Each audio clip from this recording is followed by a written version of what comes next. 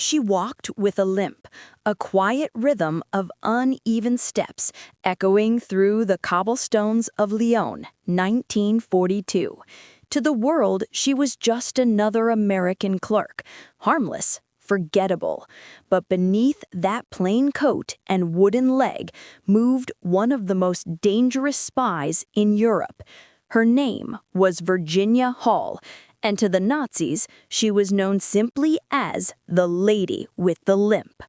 They didn't know her face. They only knew the chaos she left behind. Trains derailed, bridges destroyed, secrets vanished. Her coded messages, sent from hidden transmitters, could summon an airstrike or spark an uprising. The Gestapo posted her name on every wall across Vichy France, calling her the most dangerous of all Allied agents. Yet she was only one woman, operating alone, hunted, and walking on a leg she had named Cuthbert. In the great machinery of war, she was a single cog, yet one that jammed the Nazi gears. And her story forces us to confront a truth too often forgotten, that courage is not born in strength, but in endurance, in the quiet resolve to keep moving forward even when every step burns. This is not just a story about espionage. It's a lesson in willpower, deception, and the mathematics of defiance. This is the story of the spy with the wooden leg. Before the war began, Virginia Hall was not a spy, nor a legend, nor even a soldier. She was a student, ambitious, idealistic, and certain that her place would be in diplomacy. Born in Baltimore in 1906, she came from comfort, from privilege, and from a family that expected her to marry well, not risk everything in a foreign war. But Virginia was restless. The world beyond America fascinated her. Europe, with its old cities and fragile peace, seemed like a place still balancing on the edge of history. She wanted to serve there, not as a tourist, but as an envoy. She studied languages at Radcliffe, at Barnard, then in Paris and Vienna. French, German, Italian, she mastered them all. She imagined her future behind embassy walls, a woman representing her country abroad. Yet even in peace, the world does not always reward determination. The U.S. State Department at that time was a citadel of men.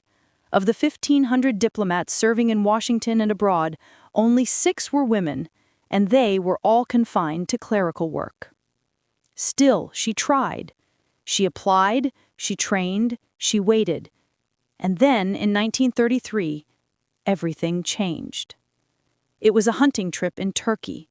A single misstep, a loaded rifle, and a moment's distraction.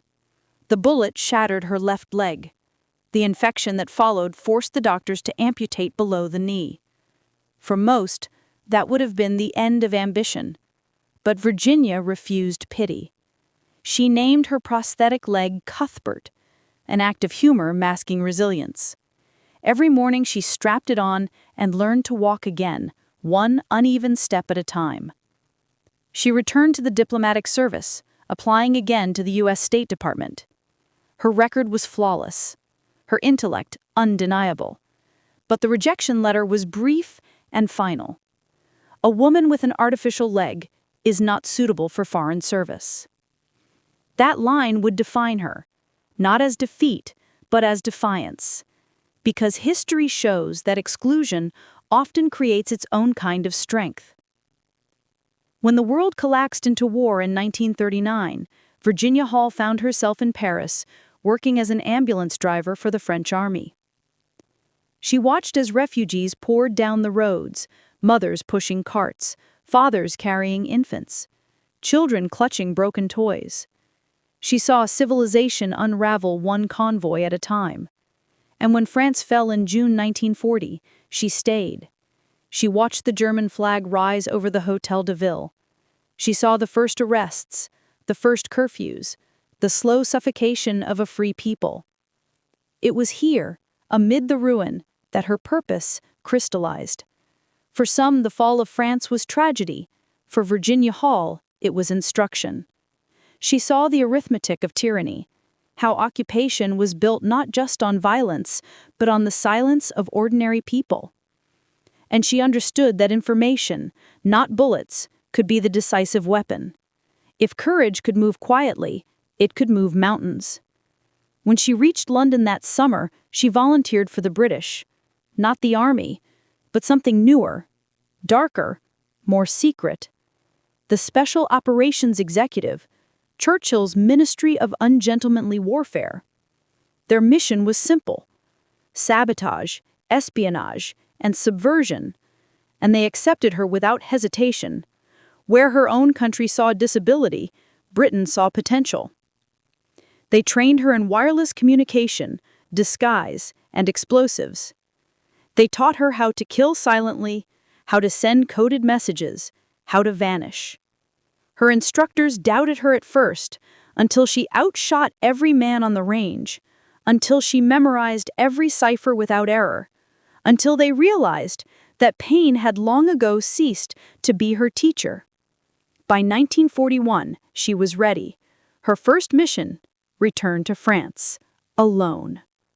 Virginia Hall arrived in Vichy-controlled Lyon under a false passport. She carried a forged American ID, a radio transmitter, and the weight of impossible expectations. She rented a small flat above a bakery, where the smell of bread masked the faint hum of her Morse transmitter. Each night she tapped out messages to London, coordinates, names, targets. To the untrained ear, it was only static. To Allied command, it was a heartbeat of resistance. Analytically, her work was extraordinary. Within 6 months, her transmissions had organized dozens of small resistance groups across southern France. She mapped supply routes, tracked troop movements, and even coordinated sabotage missions that delayed German transports by weeks. But to understand her power, one must understand context. In 1941, Britain's presence in France was almost non-existent. Hall's network was the British presence. She had become the center of a hidden web of defiance, one spun by a woman with a limp. Yet her greatest weapon was not explosives, nor codes, it was invisibility. The Gestapo dismissed her as impossible. No woman, and certainly not one with a handicap, could be behind such disruption, they said. Their arrogance became her camouflage. But espionage carries a cost. Every contact was a risk. Every transmission, a signature the enemy could trace. She learned to move constantly, from cafes to safe houses, from church basements to attics above cobblestone streets, and every night, when the city fell silent, she would remove her prosthetic and massage the swollen stump, whispering to herself, "Just one more day." The somber truth is that Hall's courage was not born of hope, but of exhaustion, the kind that comes when one realizes there is no one else left to do the work. Her story teaches a deeper lesson about modern warfare. The lines of battle are not always drawn in trenches or skies. Sometimes they exist in the smallest human choices. The choice to send one more message, to endure one more day, to refuse surrender when all reason demands it. Virginia Hall was not built for war, but she adapted to it, the way nature adapts to a storm. And by the end of 1941, her name, or rather her aliases, were whispered in cafes, in coded letters, in the underground papers of Lyon. She was Germaine. She was Marie. She was Diane. She was the woman with the limp. The Gestapo had begun to notice her. But for now, in this first chapter of her war, she remained untouchable, a ghost in plain sight. And as the machinery of Nazi occupation grew heavier, slower, and more paranoid, one truth emerged with chilling clarity. Even in a world ruled by empires and armies, a single determined individual could still tip the scale of history. The war in Europe had entered its cruelest rhythm.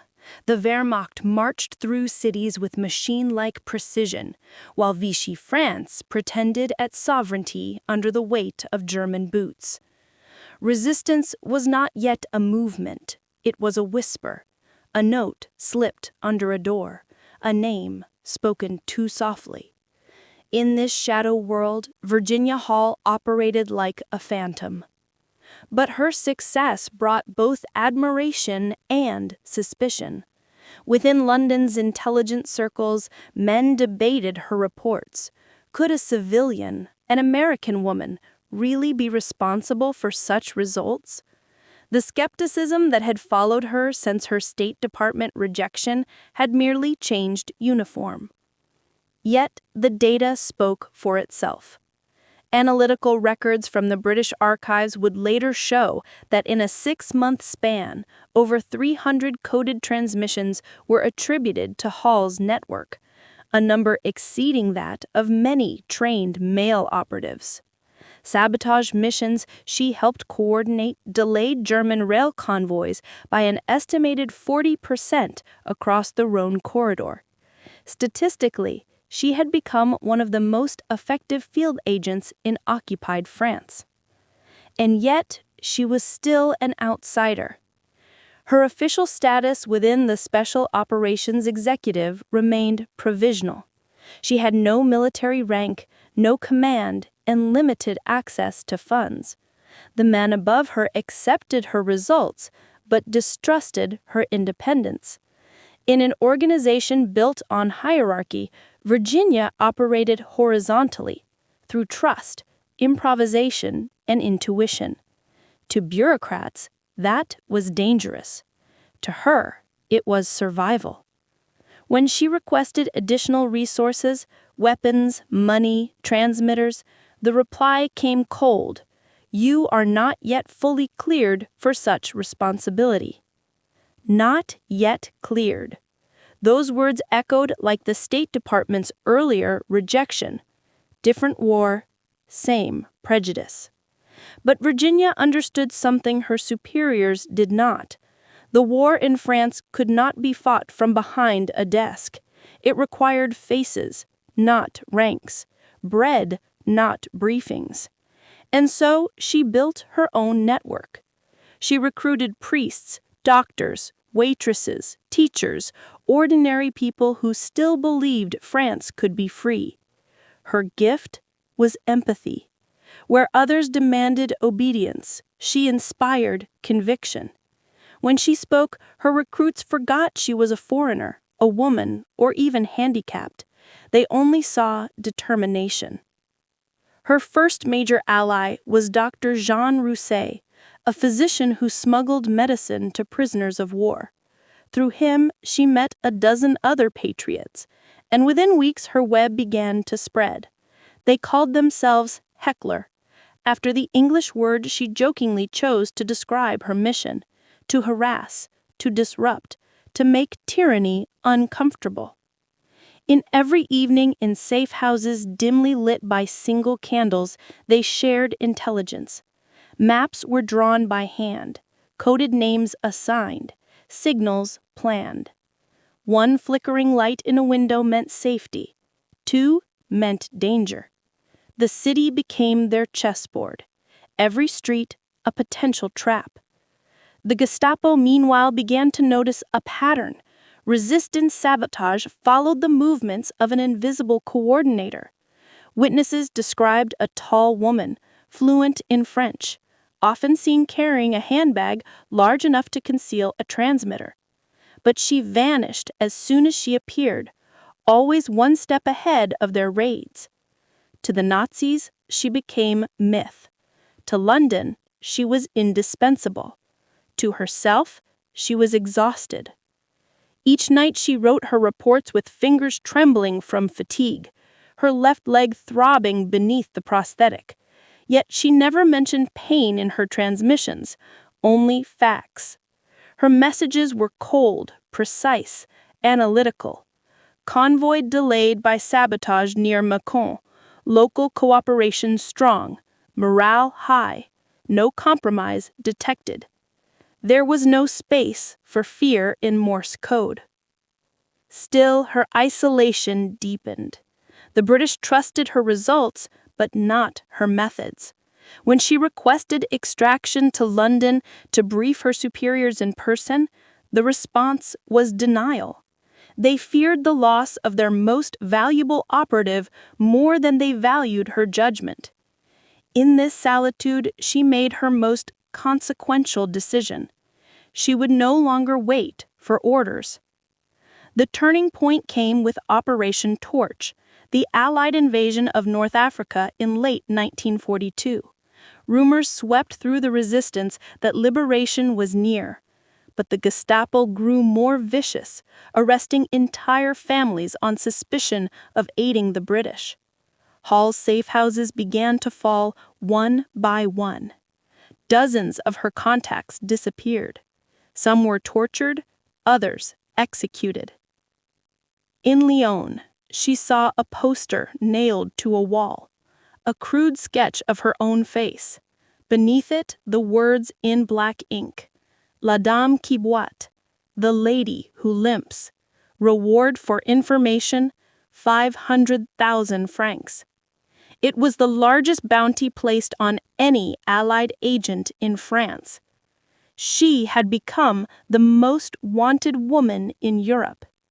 But London, bound by bureaucracy, gave no direct rescue order.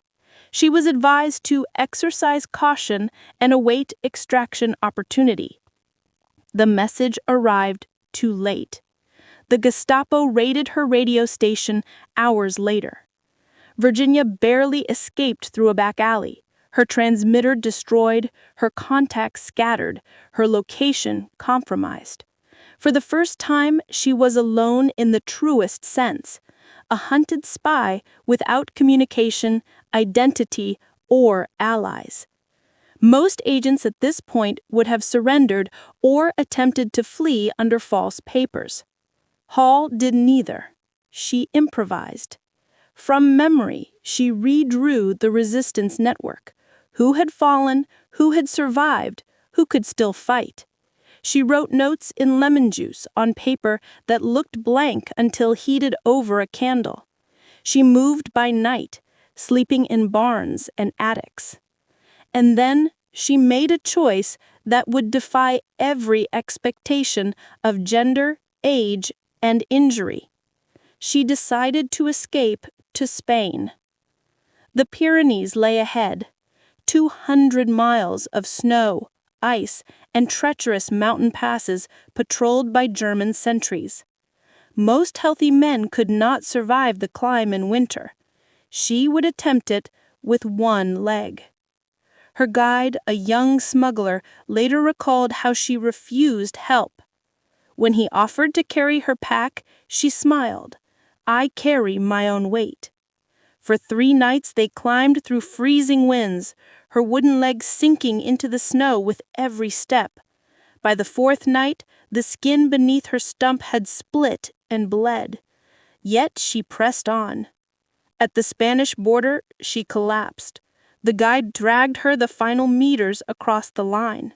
When Spanish patrols found her delirious and frostbitten, she laughed, not from joy, but disbelief. She had made it. They imprisoned her briefly. Spain, still neutral, feared involvement. But London intervened, arranging her release.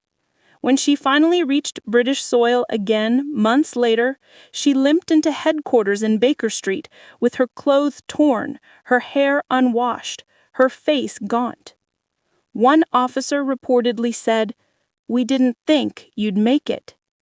She replied, "Neither did I." That answer encapsulated the paradox of Virginia Hall.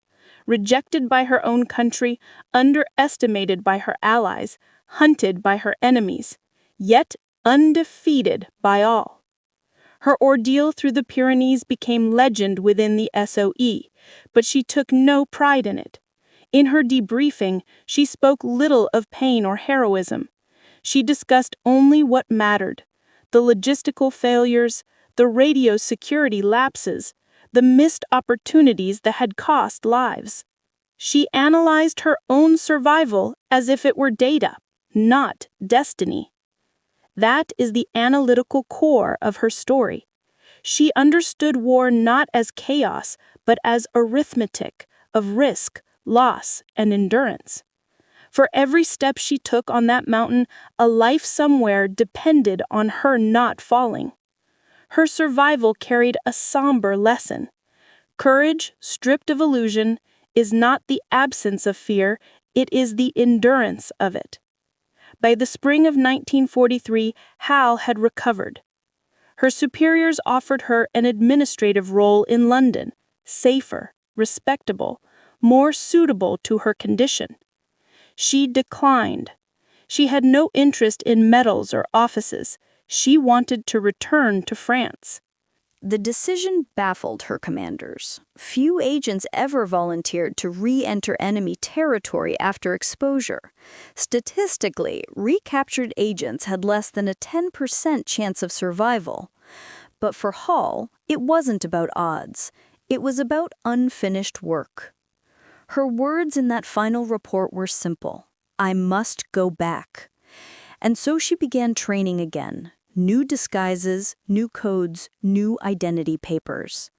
This time, she would go not as the British agent Germaine, but under a new name, working for an even more secretive organization, the American OSS, the forerunner of the CIA. When she left for her second mission, she did not look like a spy.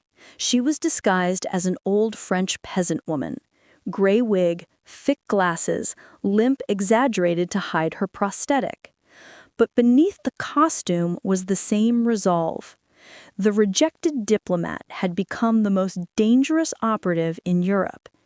And the woman once told she could not serve her country abroad was about to return and change the course of the war. The summer of 1944 brought Europe to a slow boil. The Allies had landed in Italy. Soviet forces were pushing westward, and in France, the resistance waited for one signal, one whisper that liberation was near.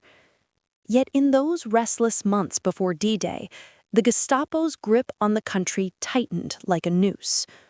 Virginia Hall returned to that France, to a land she had already escaped once before, this time under an American name and forged papers that listed her as an elderly milkmaid.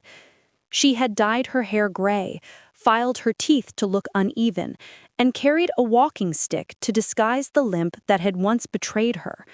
The woman who had been hunted now moved unseen. In reports later declassified, the Office of Strategic Services described her re-entry into France as a miracle of discretion. She slipped through checkpoints, traveled in cattle carts, and arrived in central France, in the region of Haute-Loire, where the resistance still clung to survival. The network she once led was gone, shattered by arrests and executions. Those who remained trusted no one. And yet, within weeks, she began again. Her new identity was Marcelle Montan, a plain woman with no past. She carried forged papers identifying her as a farmhand, tending livestock on the outskirts of a small village near Le Puy. Her cover was perfect. She milked cows in the morning, traded cheese in the market, and disappeared into the hills by night, where she rebuilt the resistance from nothing. Analytically, the scale of her achievement defies easy measurement. In less than 3 months, Hall organized more than 12 distinct resistance groups, supplying them with weapons airdropped from British bombers. Each cell operated independently, so if one was caught, the others could continue. She trained men in sabotage techniques, taught them to use Sten guns and explosives, and transmitted coded coordinates to London for supply drops. But numbers alone do not capture what she accomplished. The somber truth was that most of her recruits were not soldiers. They were farmers, blacksmiths, school teachers, men who had never fired a weapon in their lives. They fought not out of ideology, but desperation. They were tired of hunger, tired of humiliation, tired of watching their country serve as a feeding ground for occupation forces. Hall understood this psychology. She did not lead with rhetoric, she led with results. Each successful operation, a train derailment, a German fuel depot destroyed, a captured collaborator, renewed their courage. In her presence, the resistance became something more than defiance. It became methodical, almost scientific. She used what she called invisible mathematics. Each act of sabotage, she told her men, was not random destruction, but subtraction, taking away the enemy's ability to move, to eat, to communicate. War, she once wrote in a note later found in her field papers, is not won by emotion, it is won by erosion. The Gestapo grew obsessed. Reports from Lyon, Vichy, and Toulouse all spoke of a mysterious operator directing the resistance in the south. Witnesses contradicted each other. Some swore it was a young man with a limp, others a woman, others an old peasant. The truth eluded them. And so, the legend of La Sorcière, the witch, began to spread. Farmers swore they saw her walking alone at night through the fog, radio strapped beneath her shawl, tapping messages to London from abandoned barns. German patrols reported finding her coded notes hidden in loaves of bread or sewn into clothing. Each time they closed in, she vanished. In one instance, a local collaborator betrayed a safe house. The Gestapo surrounded it at dawn. They burst in, only to find the room empty except for a wooden leg resting against a wall. It was a decoy. Hall had learned to carry a spare prosthetic as misdirection. The officers raged, convinced they were chasing a ghost. The analytical brilliance behind her deception was almost mechanical.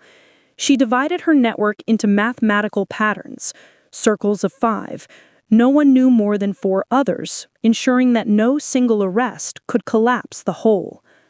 Each code phrase, each signal, was part of a larger algorithm of survival. But beneath the precision, there was fatigue. Her prosthetic, Cuthbert as she still called it, caused chronic pain. She often slept on hay floors, her leg detached, massaging the swollen stump until dawn. And yet the pain grounded her. It reminded her she was still alive, still in motion. By early 1944, her operations had become indispensable to Allied intelligence. She coordinated dozens of supply drops and relayed information on German troop movements toward Normandy, data that would later prove crucial to D-Day planning. One British commander described her reports as the clearest eyes we have inside France. Still, Hall never let herself believe in victory too soon. She saw patterns others ignored. The Germans were retreating, yes, but in retreat they became most dangerous. Like a wounded animal, they destroyed everything in their path. Entire villages were burned as reprisals for sabotage. She visited one such village, Oradour-sur-Glane, shortly after its destruction.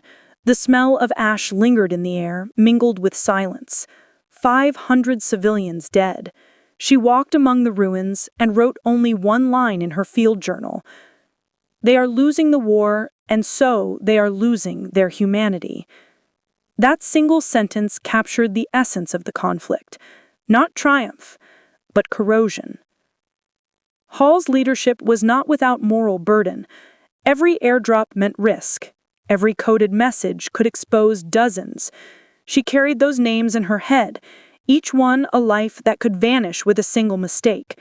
But she never allowed despair to control her. Her calmness became contagious. Her men called her the Ghost, not only because she was unseen, but because she seemed unafraid of death.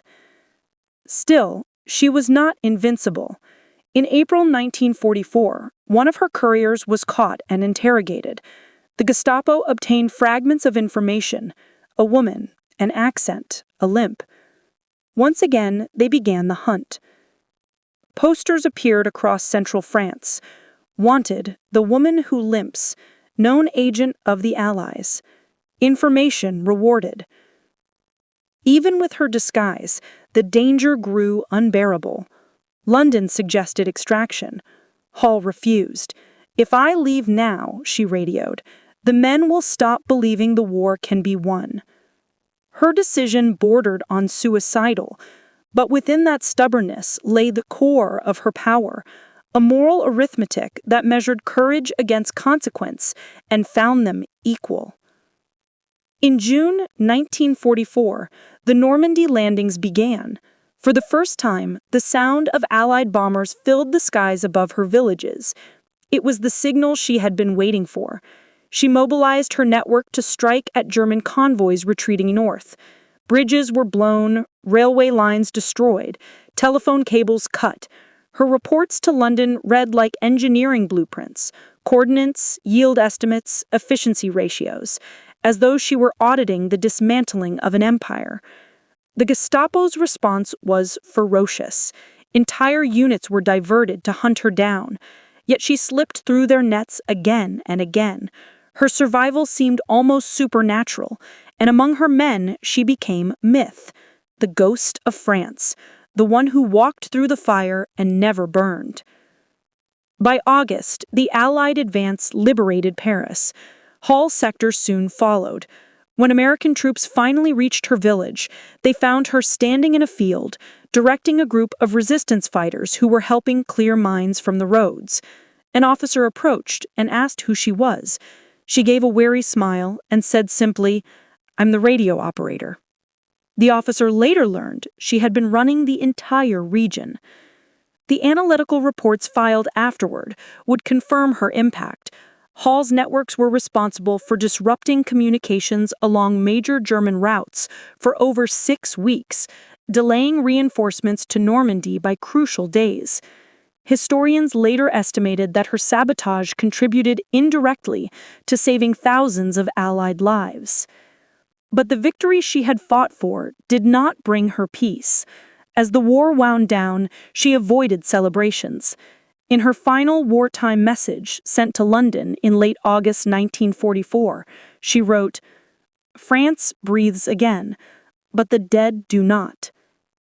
That single sentence encapsulates her story, somber, reflective, unwilling to romanticize the price of freedom. In the aftermath, journalists sought her out. The OSS wanted to decorate her publicly, but she declined interviews. "The people who deserve medals," she said, "are the ones who didn't come back." And so, like the ghost she had become, she disappeared once more into anonymity.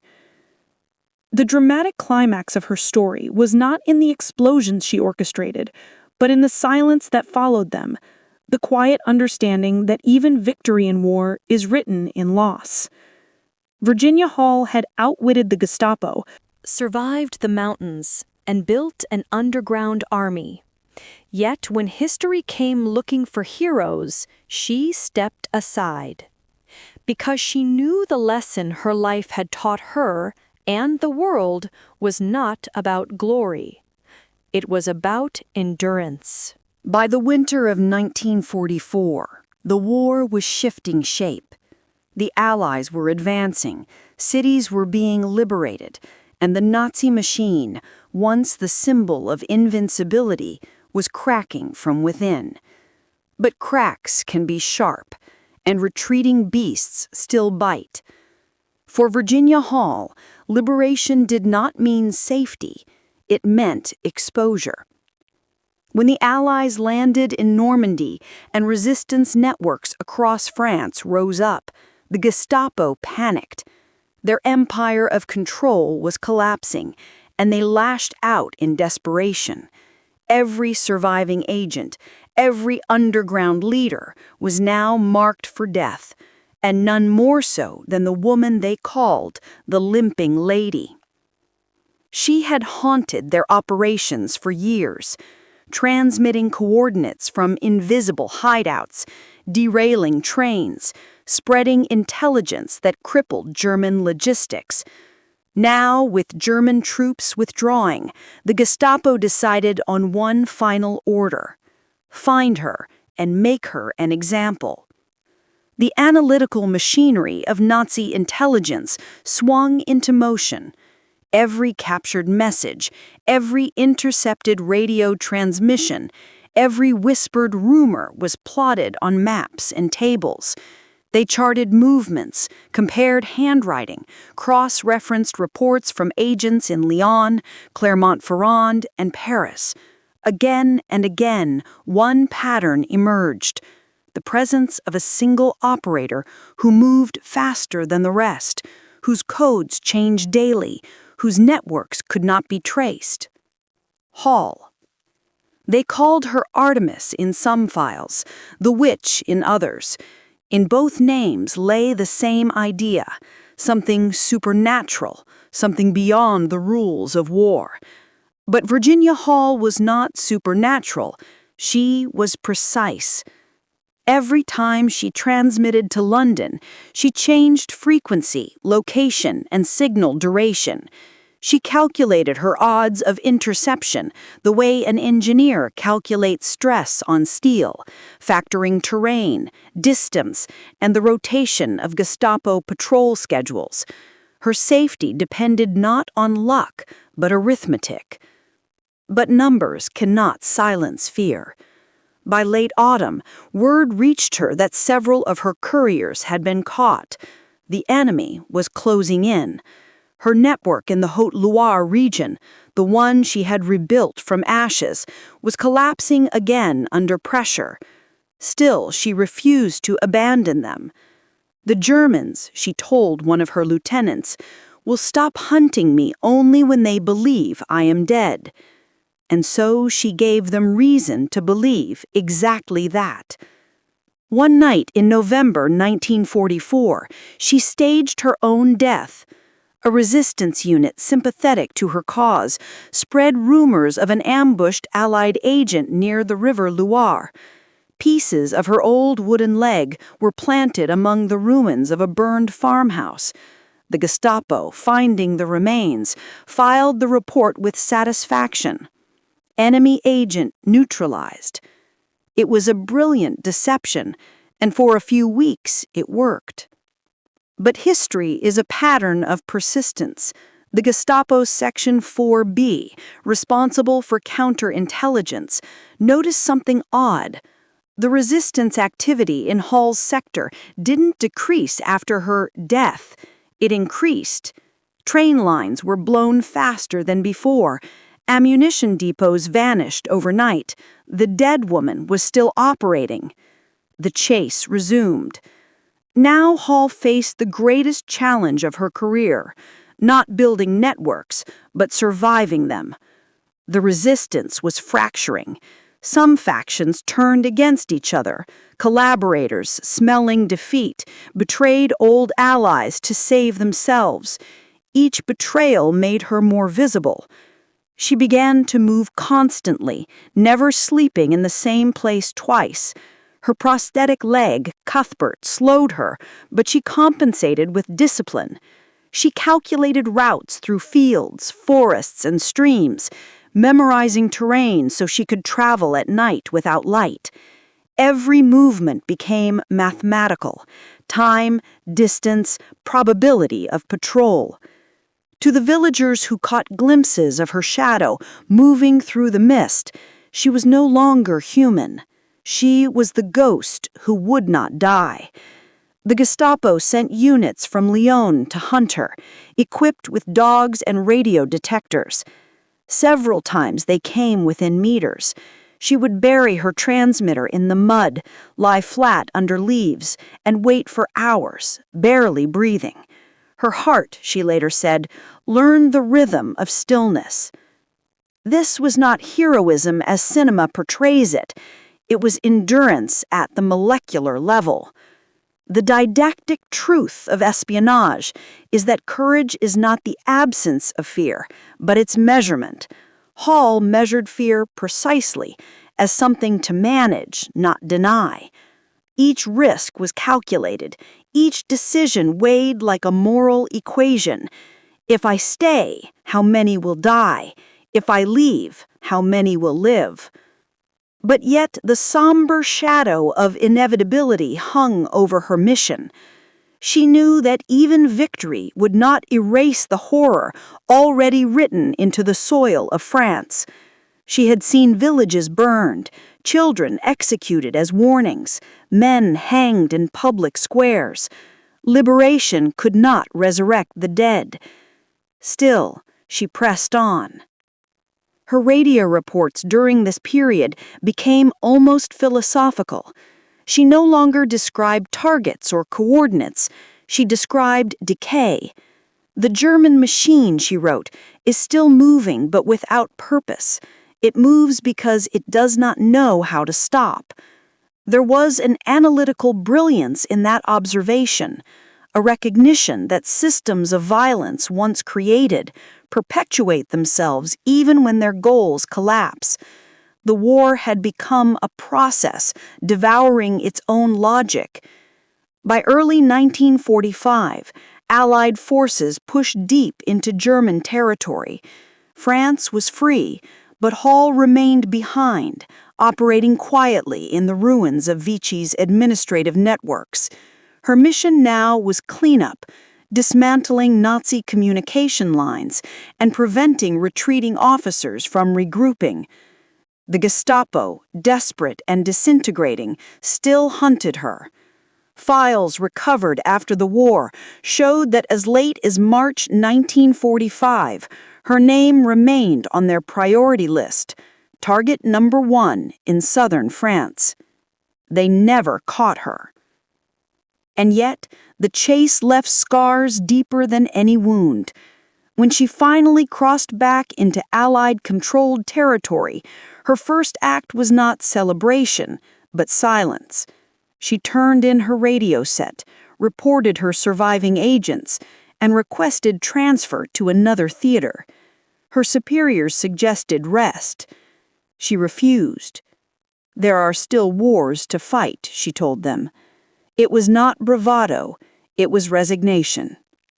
The dramatic arc of Virginia Hall's life was not about triumph over evil, it was endurance against systems of control. Her courage did not burn bright, it burned steady, like a signal light in fog.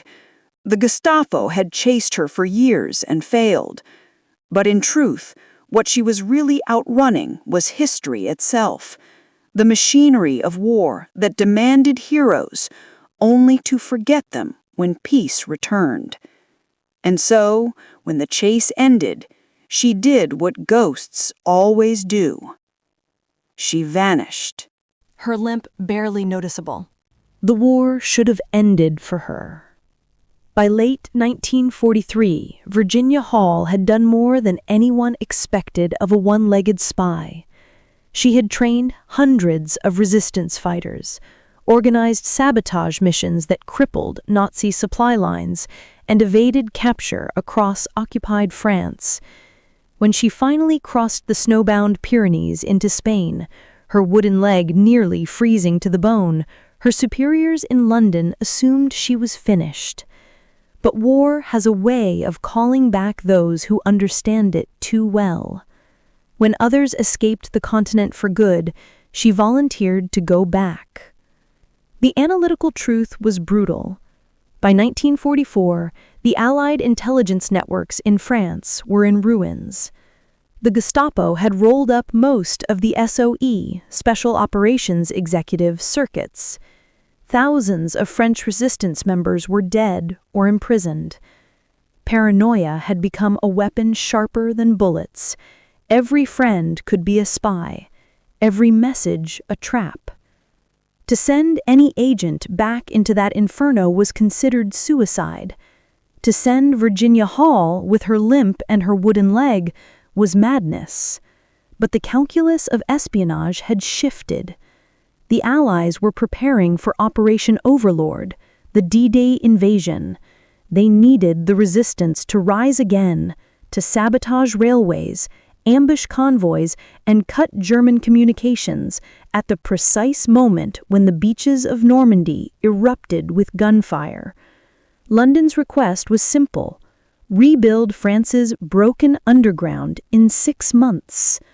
Hall's answer was simpler still: tell me where to land. The somber reality of her return was defined by isolation. In March 1944, under the new American OSS, Office of Strategic Services, Virginia Hall returned to France, this time not by foot, but by parachute, leaping from a B-24 Liberator into a moonless field near St. Valerian. Her code name was Diane now. Her wooden leg, Cuthbert, came with her, strapped tight, an old ally on a new battlefield. She was 40 years old, exhausted, hunted, and utterly alone, but she was also one of the most capable operatives the Allies had. She disguised herself as an elderly peasant woman, stooped back, gray hair, clothes so dirty they smelled of wood smoke and manure. She carried a forged ID naming her as a milkmaid. To complete the illusion, she even bought a herd of goats, which she actually herded through the French countryside while transmitting coded messages to London from a hidden radio. The locals called her La Vieille Fermière, the old farmer's wife. None suspected she was coordinating one of the largest resistance resurgences in occupied Europe. Her analytical mind transformed chaos into order.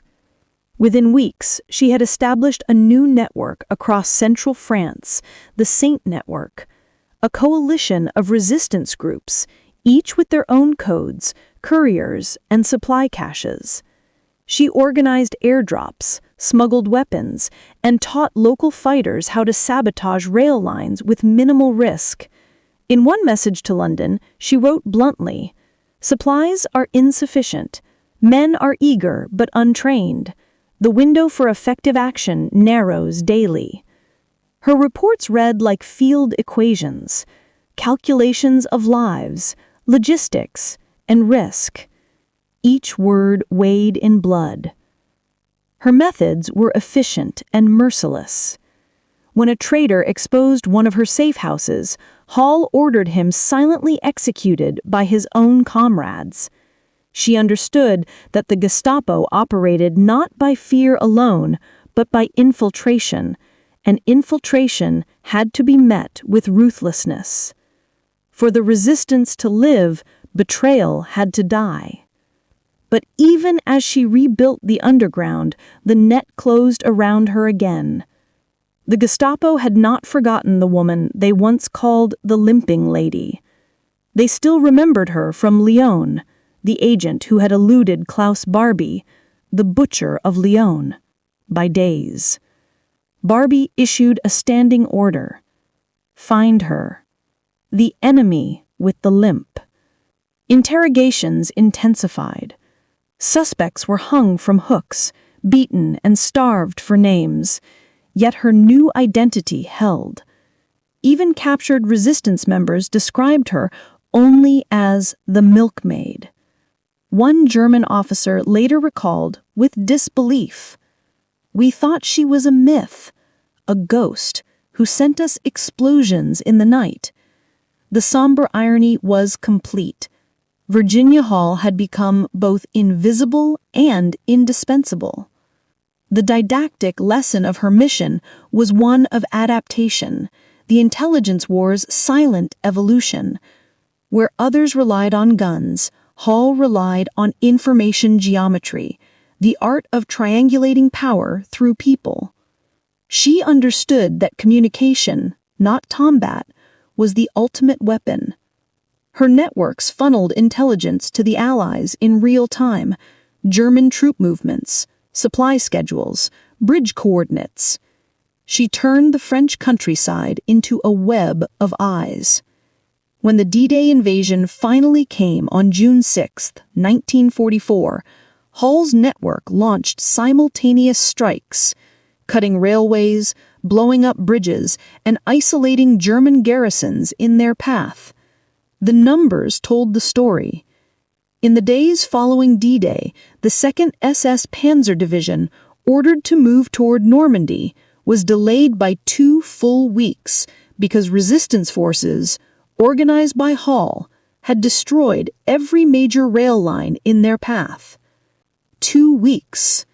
In war, time is everything. And those 2 weeks meant thousands of Allied lives saved on the beaches. But the cost, as always, was terrible. By July, dozens of her operatives were captured. Many were executed in the streets as examples. Her radio operator, codenamed Dennis, was tortured and hanged. Villages suspected of aiding the resistance were burned to the ground. Each success came at a human price that could not be tallied in reports or medals. In her diary, she wrote a single line that would later define her legacy. Victory is arithmetic written in the lives of others. It was a cold equation, and yet, in that arithmetic, she found purpose. By autumn, Allied armies were pushing east, and the German occupation of France collapsed. Hal emerged from hiding, not in uniform, not for glory, but simply to ensure her fighters received recognition. When OSS officers arrived, she refused evacuation until her networks had food, shelter, and protection from reprisals.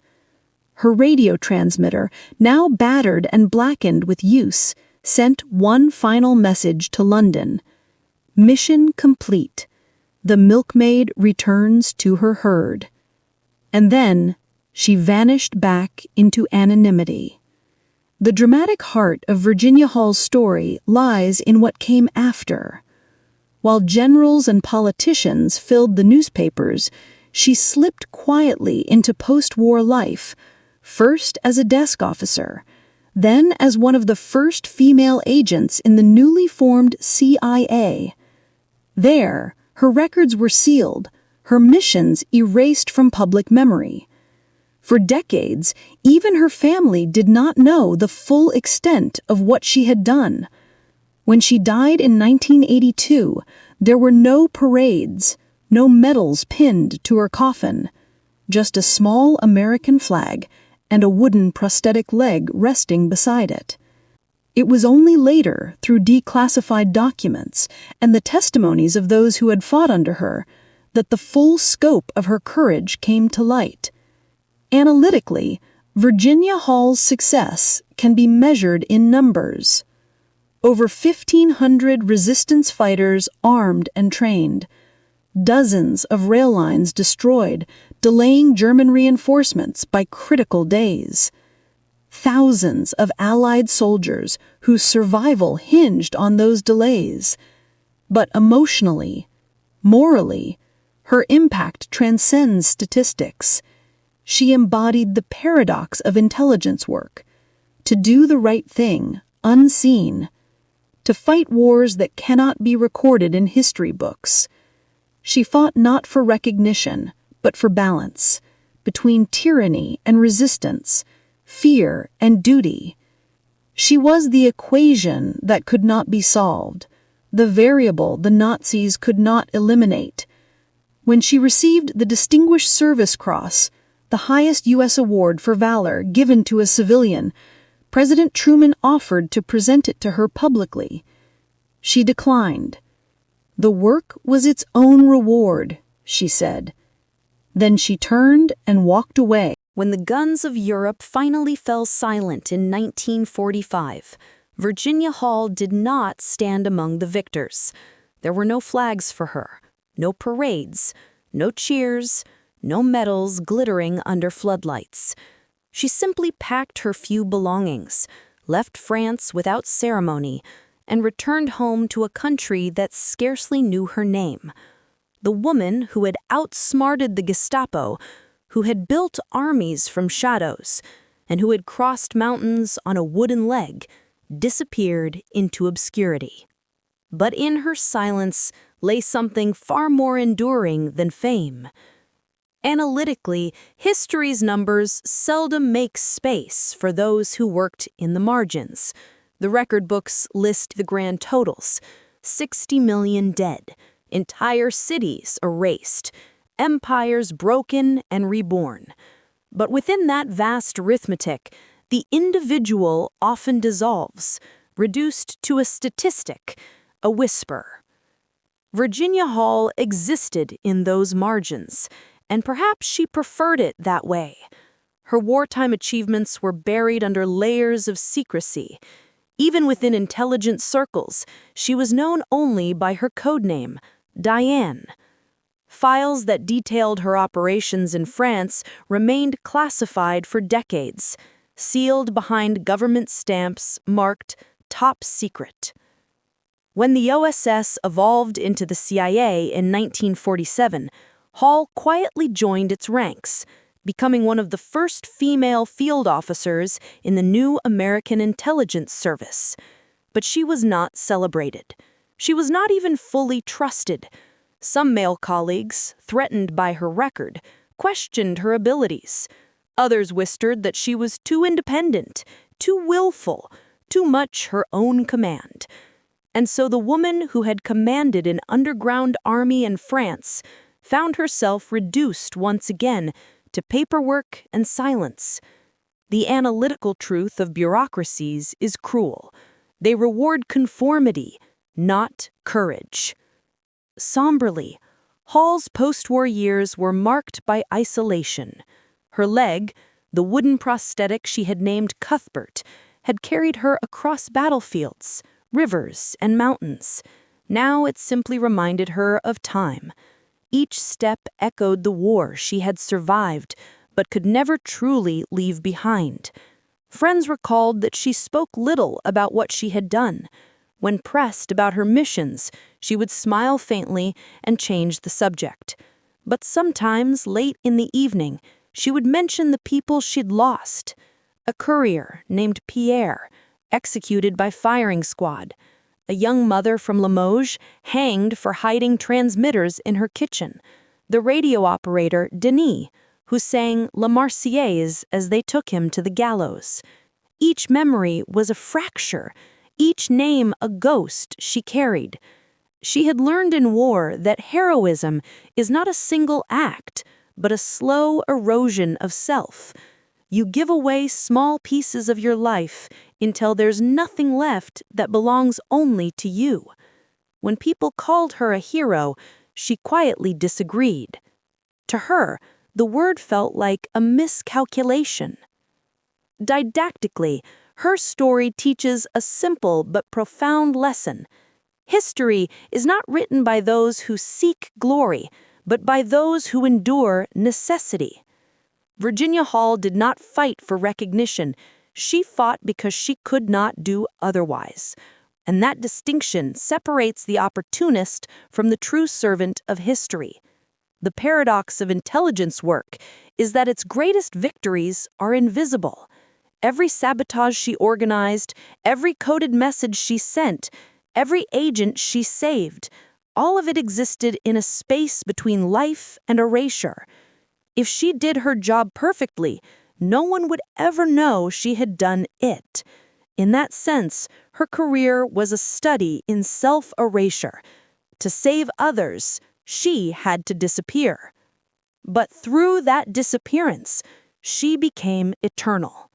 Because her story embodies a truth that every generation must relearn, that courage is not the opposite of fear, it is persistence within it. That strength is not measured in perfection, but in imperfection carried without excuse. And that sometimes the loudest defiance is silence itself. Dramatically, the world that followed did not resemble the one she fought to protect. The Cold War began, and the shadows she once moved through multiplied. Espionage became industrialized. More wires, more agents, more politics. The purity of her wartime cause faded under the weight of secrecy and cynicism. In 1950, she married Paul Galat, a fellow OSS officer who understood her silence better than anyone else. Together, they moved to a small farm in Maryland, a quiet retreat from the noise of the new age. Neighbors thought she was simply a retired clerk. Only a handful knew that she had once been Hitler's most wanted woman. For years, she tended her garden, raised chickens, and read spy novels that barely hinted at her reality. She rarely corrected them, When asked once if she ever missed the excitement of espionage, she replied simply, "You don't miss war. You just stop fighting it." As the decades passed, recognition finally began to catch up, slowly, unevenly, like a shadow approaching from behind. In 1945, she had been awarded the Distinguished Service Cross, the only woman in World War II to receive it for direct action behind enemy lines. President Truman himself wanted to present it to her in a public ceremony. She refused. "The people I worked with can't come. It should stay private." Her medal remained in a drawer, gathering dust. But history, though slow, does not forget forever. When her files were finally declassified in the late 1990s, historians pieced together the scale of her accomplishments. The woman once dismissed by foreign service examiners as unfit for diplomacy had personally altered the course of the European war. Today, military academies study her methods. Intelligence agencies cite her as a model for fieldcraft and resilience. The CIA headquarters in Langley bears a memorial to her, simple, understated, engraved with her name. Yet even now, her story feels incomplete. Because Virginia Hall never sought completion, she understood that history itself is a living operation, one built on fragments, losses, and quiet endurance. In the end, her life became a parable of invisible strength.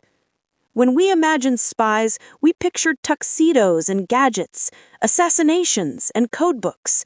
Virginia Hall redefined that mythology. She was not glamorous. She was not unbreakable. She was something rarer, unyielding in spirit, unshaken in purpose. A woman who taught herself to transmit hope across occupied airwaves. A woman who rebuilt France's courage from the wreckage of fear. A woman who proved that even the most fragile body can carry the heaviest burden of history. Analytically, her story can be summarized in data points: 1 leg, 2 continents, 3 intelligence services, hundreds of operations, thousands of lives saved. But data cannot capture what numbers cannot measure. The sound of her limp echoing down a dark street in Lyon, the warmth of a radio dial beneath her trembling fingers, the moment she chose to return when she could have stayed safe. Her defiance lived not in spectacle, but in repetition, step after step, message after message, mission after mission. She fought a war of attrition against despair itself, and somehow she won. Somberly, her death came quietly, as if she had always intended it that way. On July 8, 1982, Virginia Hall passed away on her farm in Maryland. No headlines marked her passing. No crowds mourned in the streets. Her obituary in the local paper called her a retired civil servant. But in the halls of Langley, and in the memories of those who knew the hidden world she once commanded, her name was whispered with reverence. She had lived exactly as she wished, invisible but indispensable. Today, when her story is finally told, it carries a moral weight far beyond its time. Because Virginia Hall's legacy is not about victory, it is about constancy. It is about the courage to keep walking when the path is broken, the strength to act when the world doubts you, and the grace to let history remember you only when it is ready. She was a spy, a soldier, a strategist, and above all, a survivor. Her life reminds us that wars are not only fought with bullets and bombs, but with endurance, intelligence, and the stubborn refusal to yield. Her name may never fill textbooks, but her silence fills the spaces between them. This was Virginia Hall, the silent legacy of World War II. The woman who limped through history and taught the world that defiance need not be loud to change the course of war. Watch the full story on our YouTube channel, Women WW2, and help us keep her courage alive.